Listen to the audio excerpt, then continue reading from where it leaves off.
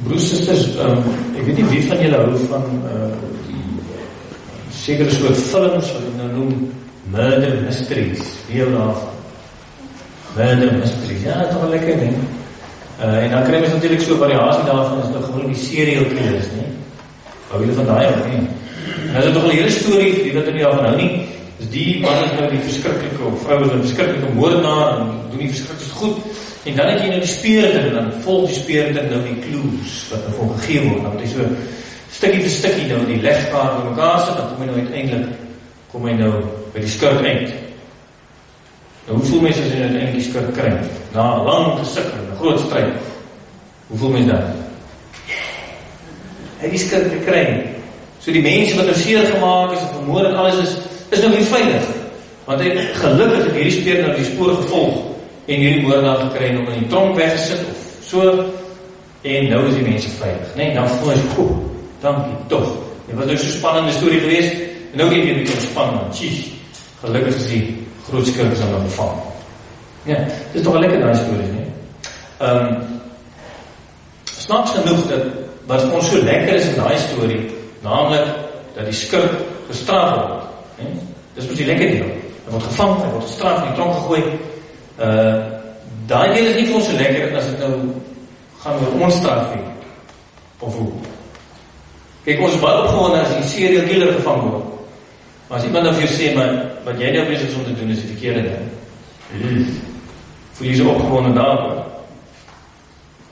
So, wie van julle is al gestraf in die skool? Wat doen hulle?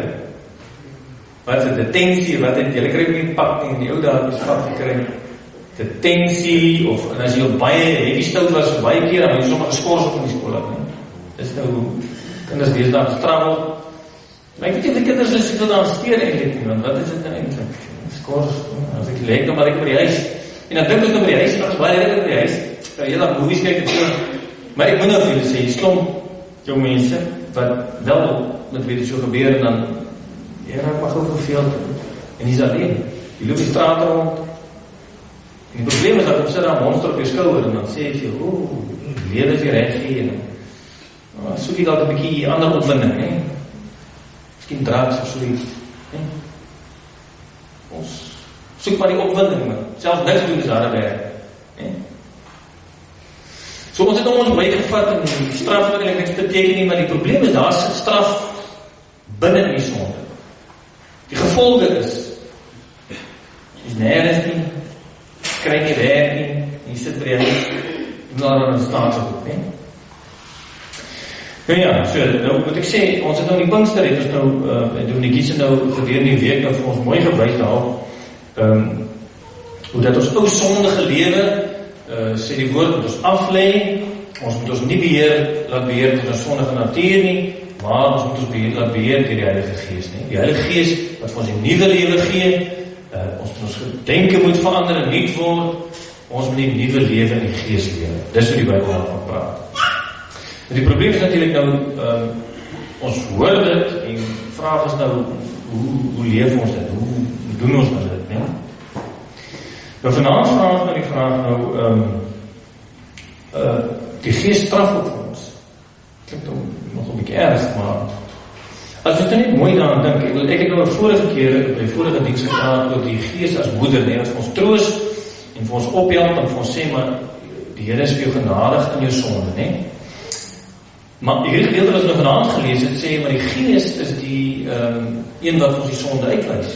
Hy wys ons die sonde, en hy sê, Jesus Christus is geregverdig, en die sonde is verkeerd, en hy wys het vir ons. So mense kon sê, aan die ene kant het ons die Gees as moeder, wat vir ons troos, vir die genade van Jesus, en aan die ander kant is die Gees nie so moederlik, hy sê, mense kon amper sê meer vaderlik, hy sê, wat pak gee, sê, jy kan nie dit doen, nie? Want hierdie is die verkeerde pad, nie? Of mense kon sê, maar die Gees is soos 'n speurder. Hy soek daar oral, soek hy daai sonde wat ons lewe eintlik afbreek en afkraak en so. Soek hy uit en hy wys ons, maar luister, dit is nou nie die regte manier nie. Maar die probleem is, ons het nou in die week ook gesê, maar ons lewe in verwagting van die Gees. Ek is nie altyd seker op ons so, met die uitstorting van die Gees, wat ons nou aan terugdink, so altyd wag dat die Gees ons op ons sonde gaan wys. Wie is nou dit daarvoor? Die wil nou vertel wat hy verkeerd doen. Maar ons wil nog groei in die Gees, ons wil groei in die Heilige so.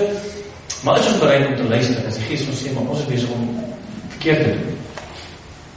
Sien ons nog wat nie daarna? Ek weet nie, of ons uitsien daarna.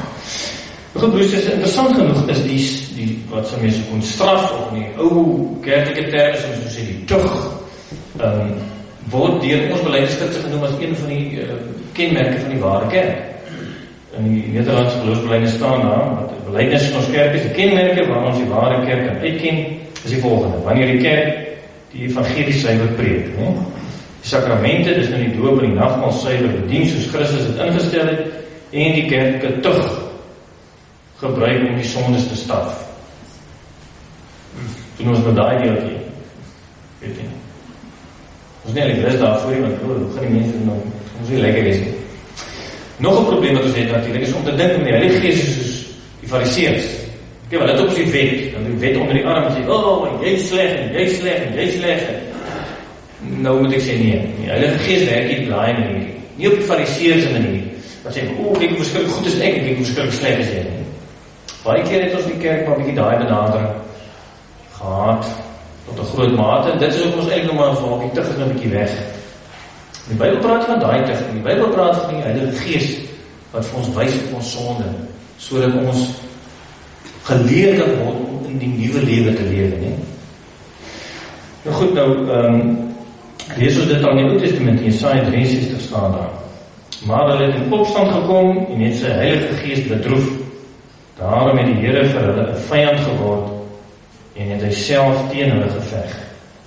En dan in die bekende gedeelte in Efesiërs 4, moenie die Heilige Gees van God bedroef nie, want hy het julle as eiendom van God beseël met die oog op die verlossingsdag. Nou, broers, dit is wat die Gees doen. Hy sê vir ons maar, jy is verloor in jou sonde, want Christus het vir jou gesterf, hy het jou aanvaar, hy is genadig oor jou, en hy beseël dit, hy is die eerste gawe wat gegee is, hy beseël dit tot in ewigheid. Maar wat doen ons? Ons bedroef hom. Dis nog meer, hy het net vir ons beseël nie. Jy kan dit eintlik tot uitdrukking sien kom in die Bybel. As ons nou maar 'n gedeelte lees, as ons in Handelinge 11 lees ons van Barnabas. Nou Barnabas was een van die disippels, en dan word gesê van hom dat hy eintlik 'n man was wat vol van die Heilige Gees is. Barnabas was 'n goeie man, vol van die Heilige Gees en met 'n vaste geloof. Klink ons fantasties. Vol van die Gees, vaste geloof. Sjoe, fantastiese mens, né?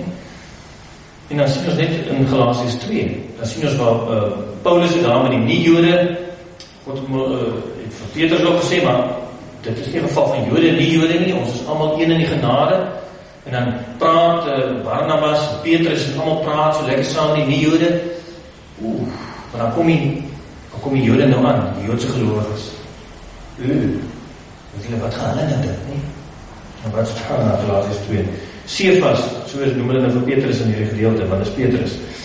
Toe Cephas, wat nou Petrus is echter later na Antiochië toe gekom het, het ek my openlik teen hom verset, omdat sy optrede duidelik verkeerd was. Voordat daar van Jakobus se mense aangekom het Cephas gewoonweg saam met nie-Joodse gelowiges geëet. Maar toe die mense daar aankom, die mense het hy hom onttrek en om een kant begin hou, omdat hy bang was vir die voorstanders van die besnydenis. Die ander Joodse gelowiges het ook saam met hom begin huigel. En selfs Barnabas het hom deur hulle huigelary laat meesleep. Ons is vervul met die Gees, maar ons het die Gees wil beheer, broers. Barnabas was vol van die Gees, maar toe die mense nou so snaaks dink, toe is dit nou iets anders, nie?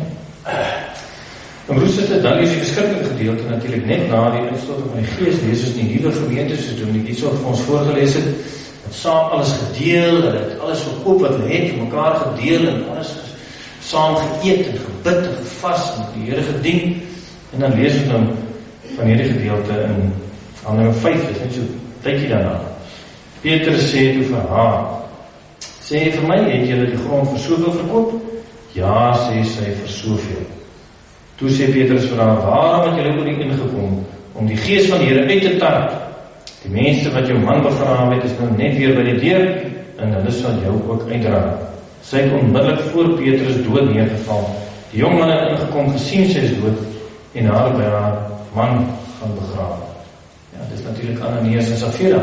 Het gesê, man, het al die geld, het hulle vir die kerk gegee vir die stuk grond wat hulle gekoop het, maar het gee ook. Gees is nou net uitgestort, allemaal is eet kuier saam, en deel mekaar, is lief mekaar, soos die Gees ons leer, maar nie. Een lief Heilige Gees. Nou broers, die probleem is nou, miskien is dalk 'n rede om ons nie so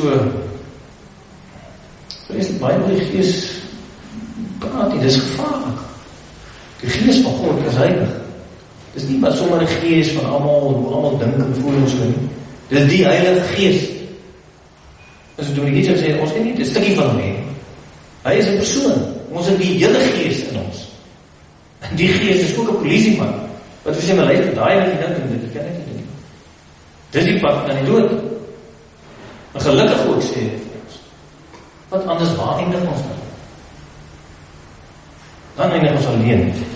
My broers en susters, interessant genoeg lees ons in Jesaja van die dubbele werking van die Gees, wat soms 'n bietjie moeilik is om te verstaan. Hoe kan hy nou die trooster wees, en dan net die iemand straf, of iemand ons sonde uitwys? Dit is vir ons 'n bietjie moeilik.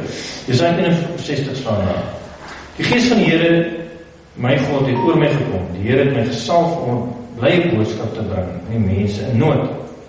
Hy het my gestuur om die wat moedeloos is op te beur, om vir die gevangenes vrylating aan te kondig. Vryheid vir die wat opgesluit is, om aan te kondig dat die tyd gekom het waarop die Here genade betoon. Die dag waarop ons God sy vyande straf, maar almal wat treur vertroos. En broers, is daar sien ons nou sommer in die een sin, die straf en die troos. Dis wat die Gees bring. Mense ook sê, God die Vader, wat heilig en regverdig is, hy kan nie sonde oorsien nie, hy moet straf, nee? Die Gees vertel van ons van God die Vader wat regverdig is, en niks sal by laat gaan. Maar die Gees is ook die trooster, hy vertel van ons van Jesus wat die sonde in ons plek gedra het, nee? En dit is wat die werk was van die Heilige Gees. Die probleem is, broers en susters, ons maak daarvan 'n rympie, ons sê, okay, maar ons is nou vergewers, ons kan nou maar doen wat ons wil, nee? Soos Paulus ook sê, dit is toch onmoontlik. Die Heilige Gees sê, die ou mens is dood. Hy sê nie die ou mens is 'n bietjie stil. Hy sê die ou mens moet 'n bietjie afgespoel word en dan is hy reg. Nee. Hy het gesê, ou mens moet, soos ons gisteraand ook gelees het, gekruisig word, sterf, doodgaan, begrawe word. Nee? So daai ou mens is nie meer. Daai ou mens is nou in die graf. Nee? En hy geef ons 'n totaal nuwe lewe. Interessant genoeg staan daar in 2 Korintiërs 5. Daarom as iemand in Christus is hy 'n nuwe skepsel. Die ou dinge is verby en kyk, alles het nuut geword. 'n Nuwe skepping. Heeltemal nuut. 'n heeltemal nuwe jy. Nie 'n halwe jy, stukkies van die ou nie, heeltemal nuut. En dis nie omdat jy so cool was nie. Dis omdat God so genadig is. Probleem is nie. En dis 'n gevaarlike probleem. Is dat ons weer daar, en het verskrik om te dink dat ons hart is die graf te wil teruggaan. En daar ou mense nou weer 'n bietjie lewendig gemaak.